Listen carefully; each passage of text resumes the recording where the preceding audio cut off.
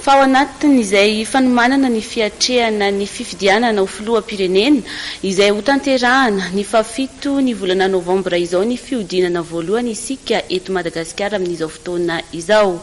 Vonona ny anoana ny fizotra sy ny fikarakarana izany fifidianana izany ny firenena mikambana, fifidianana izay tokony anaja ny lalàna sy ny lalam-pandrenana raha nambaran'izy ireo hatrany. Fanadiadiny Marc Antoine.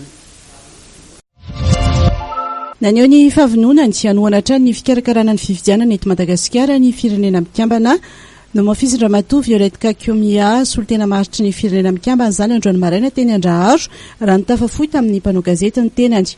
Pour moi, je pourrais seulement dire que c'est le droit de tous les Malagasy à participer à ce processus. Manoana ny fizotry ny fifidianana izahay no nambarany ary ny fanajana ny lalàna sy ny lalam-panorenana malagasy no zava-dehibe amin'ity fifidianana ity. Ny malagasy kosa hoy izy no tokony fanometanana ampahomby izany fifidianana izany izay lalàn'ny demokrasia hoy ny tenany.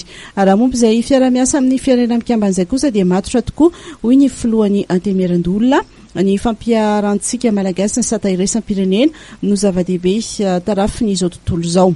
Dia matotra mihitsy ary izy dia anisan'ny ataoko hoe namana manampy manara-maso sy mijery ny fandehany androany amin'ny fifidianana sy ny aorina fifidianana. Tsy ho androany za fa efa hatramin'izay satria tsika dia membre ao anatin'io sata zany ny feantsika miaraka amin'ny firenena rehetra eran-tany ary misy ny lalàna manokana eto Madagasikara. Fampiarana an'izany no jerevany olona fa tsy hoe misisika na izy no mandidy eto amin'ny firenentsika.